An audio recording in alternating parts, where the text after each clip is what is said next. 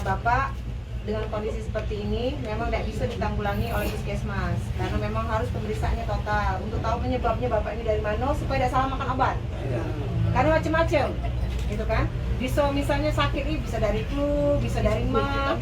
Takutnya kalau tidak dicek secara total, hanya berdasarkan tebak-tebakan baik, Bapak ini salah makan obat. Kedua, kalau Bapak tidak diselesaikannya secara selesai dalam arti total diperiksa, Bu ya, ini bisa berulang biasanya. Stroke ini akan mengulang kembali dan kalau sudah mengulang-ulang, kondisinya akan lebih parah.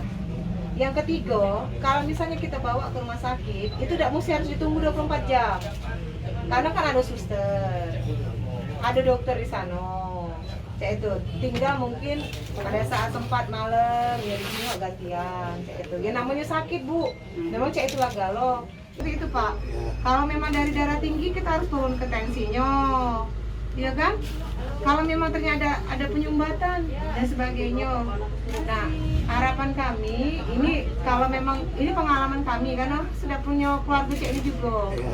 Bapak harus diceknya secara keseluruhan.